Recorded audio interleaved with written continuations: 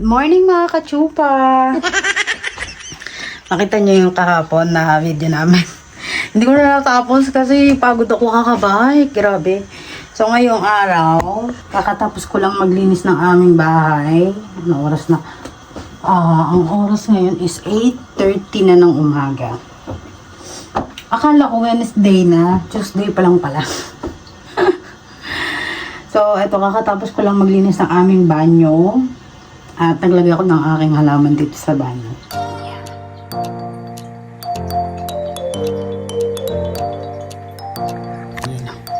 Ito yung nilagay kong halaman. Nilagay ko lang sa tubig. Hindi pa ako nakakabili ng flower base, pero nililipat ko yan sa flower base. Diba? Malinis na naman ang aming banyo. Ito ang aming kama. Nilinis ko na rin.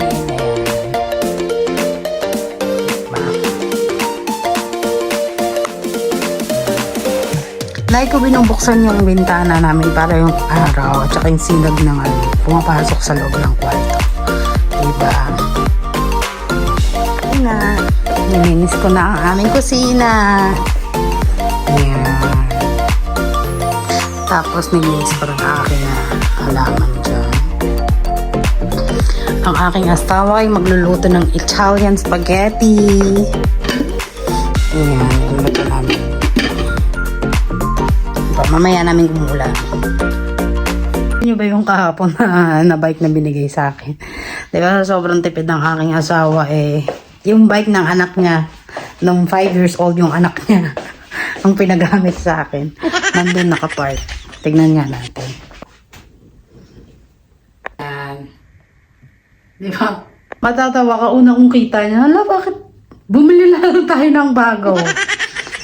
Kaya naman. Kaya lang, pang grade 5. Sabi naman paper, you're my grade 5. Natutuwa ako sa aking asawa So ngayon, kagabi, hindi na ako nakatapos mag-vlog kasi pagod ako. Pumunta pa kami ng gym. Ngayon, umaga. Tapos na akong naglinis ng aming bahay. At ngayon, magsusumba naman ako. Kasi yung talaga tumataba na ako. Nasa 60 kilos na ako. Dati nasa 52 lang ako So, kailangan natin ibalik ang 50 para may 50,000. Diba? Mukhang pera. Diba? Ang aking asawa, hinihikayat akong magpapapayat. Yeah. Magsusumba muna ako tapos mamayang gabi mag-gym naman, 'di ba? Iniiwasan ko kumain ng kanin kasi bawal sa akin yung kanin. So magsusumba muna ako. Diba? At least bago ako magsumba, malinis na yung bahay.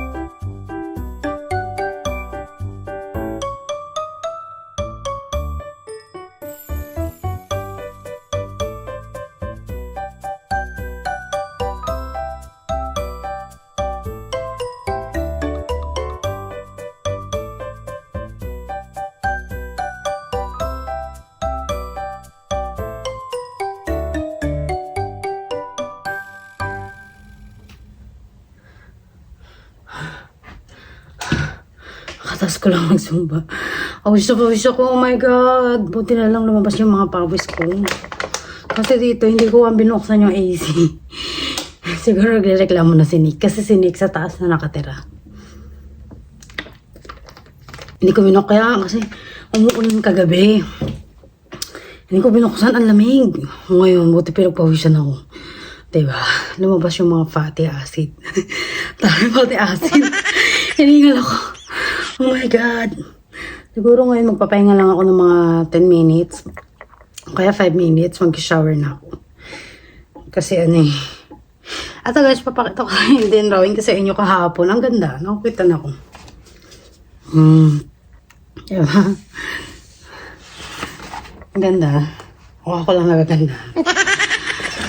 Okay lang naman kahit hindi kayo maganda. Hindi ko naman binibenta to eh. Hiningal ako. Thanks God na pagpawisan din, di ba? Kasi yung mga iba, hindi nga kahit anong gawing pagpapawis, hindi napapawisan, di ba? O tayo, napawisan tayo, di. Ay, salamat, Lord. Ngayon, mag-i-skip ako ng breakfast. Tapos, mga 11, kakain na kami. Kasi kagabi, kumain kami ng snack, nanood kami ng movie. So, ang dami namin ginawa kahapon. Kinuha namin yung bike doon sa dati niyang asawa. Nalakad lang namin kasi medyo malapit na naman. Siguro mga 15 minutes walk. Tapos, hiningal ako. Papahingal lang ako ng mga 10 minutes. Hiningal ako, grabe. Thank you dahil pagpawisan na. Mamaya mag-gym ulit kami. Kasi sa mag-deliver na naman kami, maghapon na naman kami nakaupo. So, wala. Tapos kain ng kain sa truck. Kaya ako iniiwasan ko na yun. Tsaka puro prutas na yung nakain ko pagka gusto ko ng snacks. Prutas na lang bibiling ko. Kasi noon, nung first time ko pumunta rito, ang lagi niyang binibili. Yung favorite niyang Cheetos. Favorite niya yung Cheetos na yan. Tamaanghang. Ako hindi naman ako mahilig sa mga chichirya eh. Parang kumakain na lang ako kasi nandyan yung pagkain, di ba? So, ayun nga, kahapon pumunta kami doon sa ex niya. Yung bike. Feeling ko yung ex niya tatawa kasi pambata talaga. Nakita niyo yung bike, pambata. Kasi may bike ako sa Philippines, kaya lang iniwan ko, hindi namin nadala. Diba? Binigay ko na sa mga pamangkin ko. Tapos dito, kaya iniisip niya kung bibilan ba niya ako ng bike. Okay naman, kasya naman sa akin. Kaya lang sobrang liit talaga. Alam mo yung pang grade 5 na bike. Pang grade 5 talaga tayo. Makikita mo lang talaga. So ngayon, anong gagawin ko ngayon? Mag-e-edit ako ng aking video. Tapos, kakain ako ng prutas. Maya-maya. Kaya lang magpapahinga muna ako para pag nag-edit ako ng video, i-upor lang ako dito sa sala. Kasi minsan sa cellphone ako nag-edit minsan sa laptop. Pero mas bet ko yung cellphone kasi nakakahiga ako Kasi pagka sa laptop ako naka-edit, nakaupo lang ako. So, ayun ang kagandahan pag sa cellphone lang. Natutuwa ako ngayong araw kasi nakatulog ako ng mahimbing. Kahapon, nanood kami ng Marvel something. New Titans, parang ganun. Maganda naman. Si Nick pala, dito na nakatira. Dito na nakatira ang kanyang pamangkin. Lumipat nung linggo. Kumain kami dun sa restaurant. Nasira. Pero pagka kumakain kami ng burger, hindi ako kumakain ng rice. Kasi parang ayun na yung substitute ko sa rice. Kasi yung burger, maano rin yun Malaki din ang calories nun. So, pagka kumain ka ng burger, huwag ka nang kumain ng rice. Pag kumain ka naman ng rice, huwag ka kumain ng burger. Ganon yun. Kaya, ang inaano ko, pinupush ko ngayon, yung hindi ako kakain parehas, yung walang kanin, walang burger, ang kakainin mo lang is puro fruits, ay nang ginugol ko for today's video. Kaya lang mamaya kasi magluluto ng pasta yung aking asawa. Pero konti lang kakainin ko. Masarap kasi yung pasta niya Pero ayoko na. Gusto kong pumayat talaga kasi yung sing-sing ko, tinanggal ko kasi sumisikip na sa daliri, hindi na nakakahinga. Ayoko nang ganun. Tingnan mo, parang may manas yung mukha ko. So ngayon, ipupush ko ng hindi na muna mag-almusal. Nag-inom lang ako ng tubig. Sabi ng isa kong subscriber, inom daw ako ng maligamgam na tubig. Minsan ginagawa ko yun. Ito lang lagi kong iniinom yung hindi nakalagay sa rep. Yung kumbaga ganito lang. Hindi ko nilalagay sa rep. Kasi pag nilagay mo sa rep, tas ininom mo, sumasakit yung ganito kong, parang nagkakaupo ko.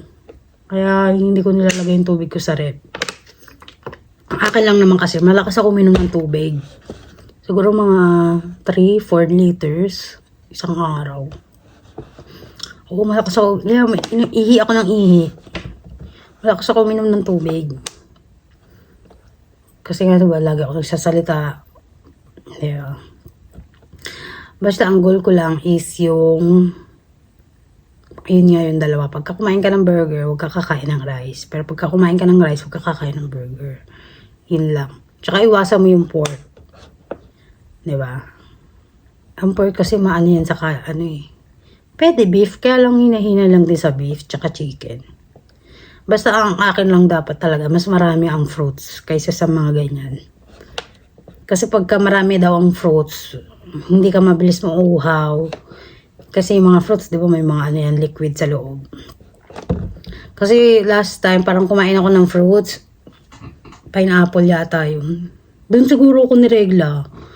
Kasi nung last week ba yun, kaya ako nakain ng pinya. Sarap na sarap ako sa pinya. Siguro mga kung 5 basket. 5 Tupperware. Kasi binibili lang namin sa Quick Trip. Mga nakalima akong ganun. Tapos may mga kiwi, at strawberry. Ayan, mga kinakain ko yan. Kaya sabi ko, buti na lang may mga frutas doon sa binibilan namin. Kasi, di ba yung mga ibang grocery walang ganun. Dito naman kasi lahat, marami ang prutas. Ewan ko bakit gano'n. Kasi, tapos hindi na rin ako kumakain ng mga street food. Kasi dito, walang mga street food. Wala akong nakikita yung mga tusok-tusok. Kaya, doon sa mga may picos. Kahit nung nandun ako sa Philippines, nung lumipat kami sa Daika Homes. Walang walang nagbebenta ng mga fishbowl, ganyan, yung mga kikyang. Ayan, iwasan nyo yung mga yan. Kasi, meron din mga mantika or dun sa sauce na nakasahog na bawal sa iyo. Tulad yan, may picos ako, di ba? Parang, kailangan maingat lagi. Kaya lagi kong inaano yung sarili ko na hindi pwede yan sa'yo, parang ganyan. Inaawat ko yung sarili ko kasi ayoko rin dumala yung picos ko. Kasi, di ba, pagka lumala, baka mamaya, hindi na natin alam kung anong next mangyayari.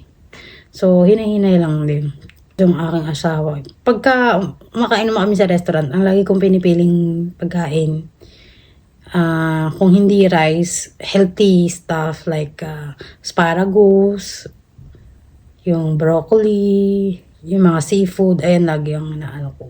Healthy stuff, hindi yung steak okay. Pero pagka umuwi ka naman sa steak, malalaki ang steak dito. Grabe, sabi ko magkano yung steak dito. Kasi kumain kami sa Highlands, dun sa sa Mall of Asia. Punyeta, ang mahal ng yung steak nila maliit lang pero ang mahal. Pero yung pumunta ako dito, yung steak nila malaki, 1.5. I-convert natin sa pera natin, nasa 1,500 lang. Malaki na, parang buong plato. Tapos may nakalagay na potato mushroom, tapos may mga asparagus, mga ganyan-ganyan. Pero nung pumunta kami sa Highlands, siguro kasi mahal ang beef din sa Philippines. Dito mura-mura lang kasi nga ang daming mga baka rito, di ba? Nung pumunta kami sa Highlands, nakita ko yung bill namin, nasa 16,000. 16,000, 4 naman na kami noon. Siguro 4 hindi ko alam basta ang naaalala ko, 4 kami noon sa yung kapatid niya, tsaka yung friend kong si Ruby. So double date kami noon. Punyet, ayun ang pinakamahal na restaurant na nakainan ko, yung Highlands na yan. Okay naman, masarap naman. Perfect naman yung nila, steak nila. Pero iba talaga yung steak dito sa Amerika Parang na nila gamay na nila Yung talagang saucy talaga yung niya. Yung makikita mo yung tag dito, yung juicy, yung tender, yung ay naku, ayoko na nga napapaisip na naman ako. Maliligo na nga ako. Naiisip ko na naman yung mga pagkain. Naligo muna ako. Babalik ako mamaya. Welcome back! Nakaligo ko lang, pero ang itim pa rin ng kilikil ko. Bakit ganun? Nakakainis. Ayoko na. Nakaligo ko lang, pero ang itim pa rin ng kilikil ko. Wala na yata itong pagbabago. Siguro pag pumayat ako mamumuti ito. No? Ngayon kasi wala akong nilalagay. Ayoko maglagay ng kaya ng mga sa katawan. Gusto ko kung ano ka talaga, ayaw ka talaga, di ba? Kasi ang dami yung mga nilalagay na sa pampaputi sa singit, pampaputi sa kilikili. Ang daming no? Pero dito kasi wala kasing tawas ditong nabibili. Maglalagay sana ako ng tawas. Pero kahit nagtatawas ako, hindi pa rin tumatalab. Ano kayang dito sa kilikili ko? Kailangan ko talaga magpapayat siguro. Ngayon, anong oras? Mag-11 na, oh my God, pauwi na, hindi pa ako nagsasaing. Magsasaing muna ako. Kalimutan ko magsaing. Kakadaldal. Kakatas ko lang maligo. Saing muna ako, guys. 11 na eh. Buti naalala ko yung magsaing. Ito guys, kain po tayo ng blackberries. Itong blackberries nila, ito sa inyo. Masustansya to, kaya ito lang kinakain ko, tsaka yung blueberries. Meron pa nga strawberries. Lahat may mga berries na prutas. Kainin mo kasi isa rin daw yun sa nakaka-help sa mga PCOS, di ba? Kaya yung asawa ko, lagi ko binibila ng mga ganito. Kaya lang, ito kasi sa Philippines, mahal. Kung gusto mo naman talagang umayang hormones mo, kahit mahal, bibili mo. Kasi nagpa-OB ako. Lagi ako nire-resetahan ng gamot. Meron ako isa OB. Magaling ang OB ko dun sa Lourdes. Hindi niya ako nire-resetahan ng gamot. Ang niresetahan niya sa akin, fruits. Kumain daw ako ng mga fruits. Ganyan. Sabi ko, ang galing ng doktor na to. Ito, isang doktor lang. Ito lang na doktor na sabi ko sa sarili ko, siya lang ang doktor na kakaiba. Kasi ang dami ko nung naging OB eh. Kasi ilang taon pa lang ako nun, meron akong PCOS. Yung mga 19, 20. Mga ganun, yung mga age ko. Lagi ako niresetahan ng mga gamot, pang hormones, yung mga ganyan, imbalance hormones. Ayun ang lagi ang inaano sa akin. Minsan nga, niresetahan ako ng metformin. Kasi daw yung sugar nga, yung mga ganyan-ganyan. Oo, sa akin hindi ko nakokontrol yung mga sugar noon time na yun. Kaya ako nakain mga chocolate, yung mga matatamis, yung mga pinapay na matatamis na may asukal, yun. Yung pala, bawal pala yung sa akin. Kasi, yung crave ko nga, yung mga yun. Yun, yung pumunta ko sa Lourdes, hindi niya ako niresetahan ng mga gamot. Ang niresetahan niya sa akin, ang in-advise lang niya sa akin, kumain ka ng fruits, magpapayat ka, exercise ka, change your lifestyle. Parang ganyan. Ganyan yung ano niya sa akin. Kaya sabi ko, ay magaling tong doktor na to.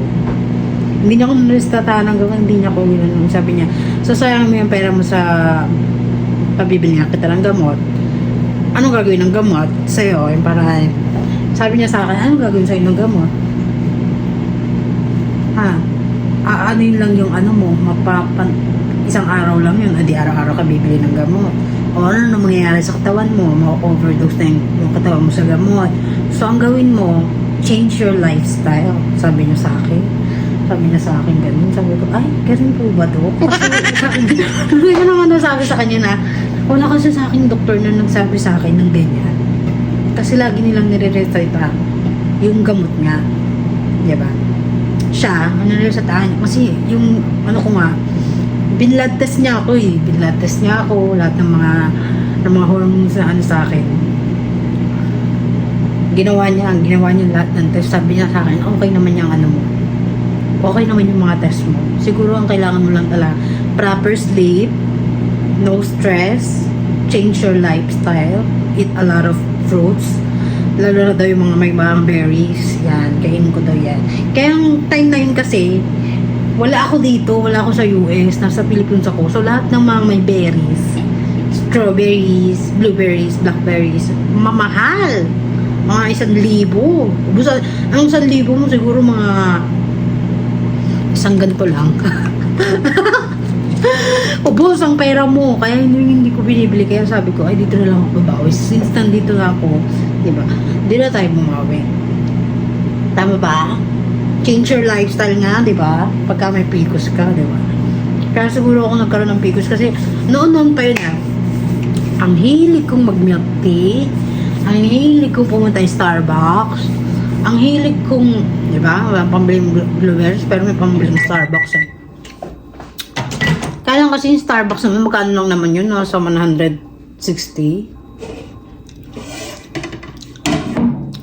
Okay. Ulinit ko na yung aming ulam kahapon ng bulalo. So, sayang naman, kaysa itapon, kainin ulit, no? Hanggang, pag ako nagluluto, gusto ko, in 2 days, nauubos namin yung ulam. Kasi pagka naging 3 days na, 4 days, siguro hindi, old na yung hindi na maganda kainin. Hindi na, ayaw ng asawa ko ng ganun. Maarte yung asawa ko eh. Pagka ang ulam daw, tumagal sa rep ng mga 3 days, ayaw niya na kainin yan. Pero pag 2 days, sabi ko, oh, sige, in 2 days, dapat maubos natin yung ulam. No?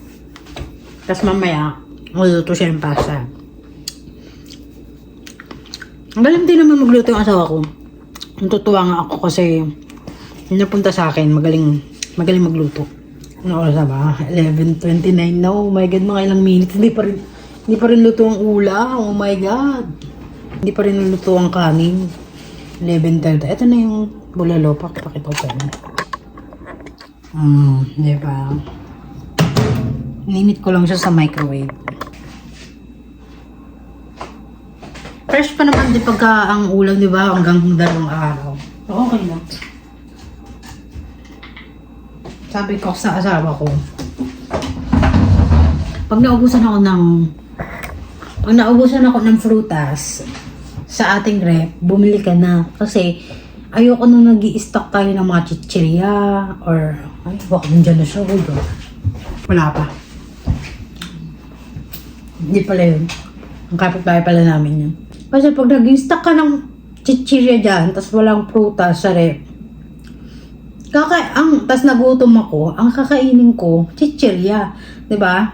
Kaya doon sa mga nanay, sa mga mamis din, advice ko lang, pare, nagbibigay ng advice. Advice ko lang, no, sa mga mamis, pangit din talaga ang bumili ng maraming chichirya kasi ang makita ng anak nyo pag nagutom ay ang kakainin.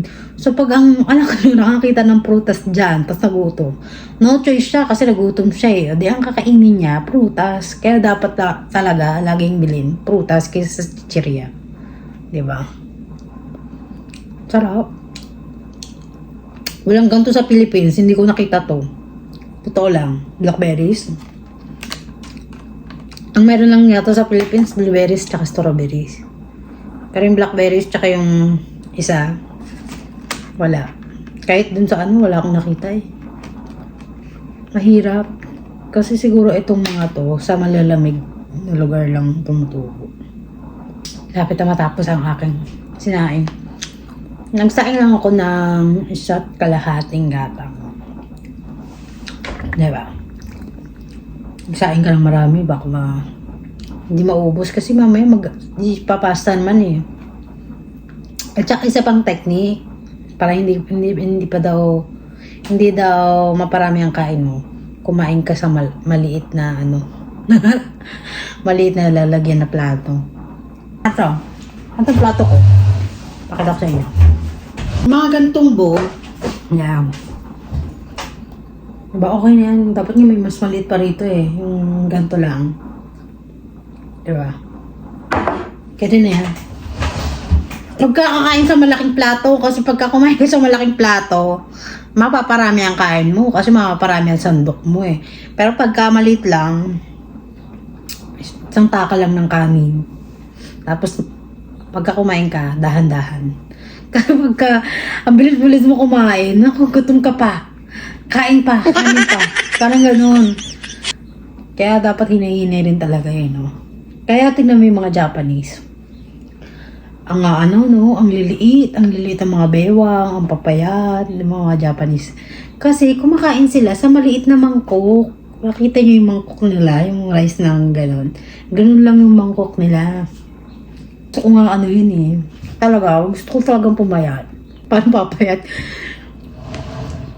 Paano papayat? Hindi nauubusan ng pagkain. Kaya dapat dito ubusan ng pagkain eh. Yung dapat araw-araw mga malengke.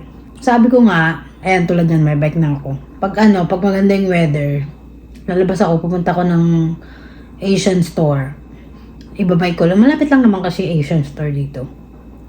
Kaya lang kasi Asian store nila, walang mga ibang Pilipino, iba-iba. Merong Vietnam, Thailand, yung mga Chinese na pagkain. Lahat ng Asian nandun, hindi lang Pilipino. Gusto ko nga yung Filipino store lang talaga. Kasi hinahanap ko yung mga ibang ng mga ibang recipe. Wala doon. Gusto ko mag coffee jelly. Ayun na naman sa matamis. Kasi nung time na nandito yung may mga bisita nga kami, nandito yung nanay niya. Wala kaming dessert. So, naghahanap ako ng coffee jelly. Wala akong makita. Sabi ko, ano ba yan? Pag ganun pa naman, parang tinatamad ako magluto. Pag wala yung mga ingredients na kailangan ko. Ayoko na magluto. Wala yung mga ingredients. Parang nakakatamad talaga. Para siyang maliit na parang, grapes na pinagsama-sama, di ba? Para siyang maliliit na ganyan. Pero pag kinain mo, parang wala naman lasa eh. Lang to, makatas. Alam mo yung parang alak. Parang ganun. Pero ito walang lasa. Hindi siya matamis, hindi siya maalat, hindi siya mapakla.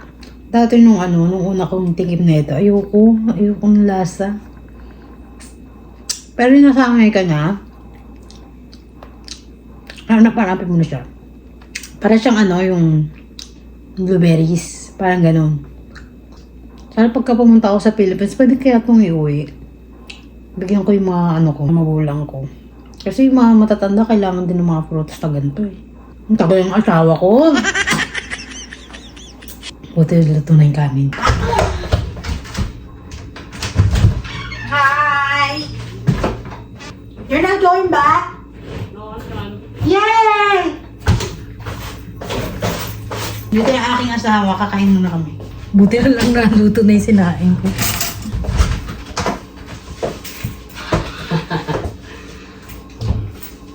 It's something that I'm gonna work on fixing our bed. Yeah. O diba, isa't kalahati ka siya na sa amin. You don't have the AC on.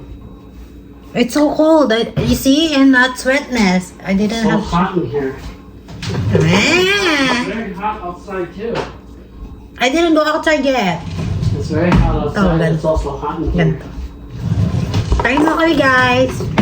Aming pangalawang init na Turn ulam. on the AC. I was so cold.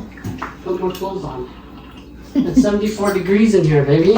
Mm. I'm starting to think something's wrong with you because even though it's 74 degrees, you're still cold. I cannot believe that. Maybe that is not... It's wrong. That is right. If that's wrong, I should be cold too. And look at what I'm wearing. I'm wearing a short sleeve. Because you just got here. Yeah, it doesn't matter. I'm gonna give you water. That's not wrong. That's brand new. Okay. Kain na kami, guys. Nang tanghalian. 11:43 na. Tapos na kaming kumain. Tapos na rin ako nagugas na rin ako.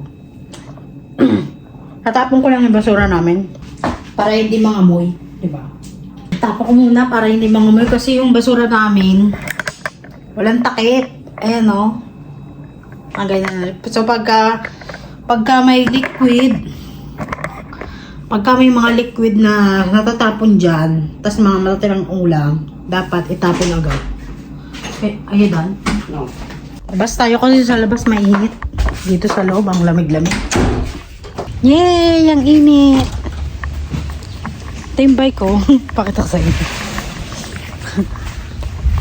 Oh, di ba? Pang grade 5. Yung kulay pang ano eh, pang grade 5. Hindi natin ubusin ito. Mahal to. Can you do me a favor? Ha? Can you do me a favor? Go give me a sweat rag What's that? so I can put on my head. This is a finder though. No. That's sandpaper. That's not it. Your work is very easy now. Yeah. Because before then, if I use the other one, it'd take very, very long.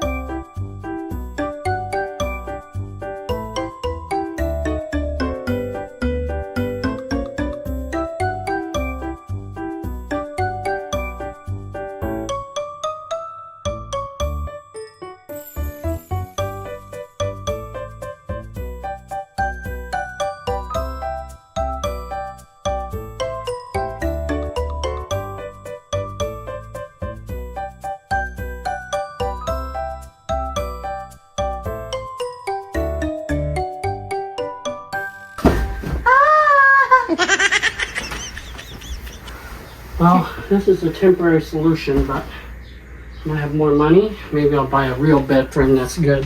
This is real bad. That's a real mattress, but it's just a cheap metal bed frame. Yeah.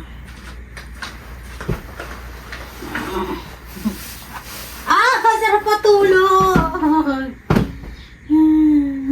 Taas na ng bed namin. Yay! Diba? Isin ko na. I'm gonna go shower now. All done.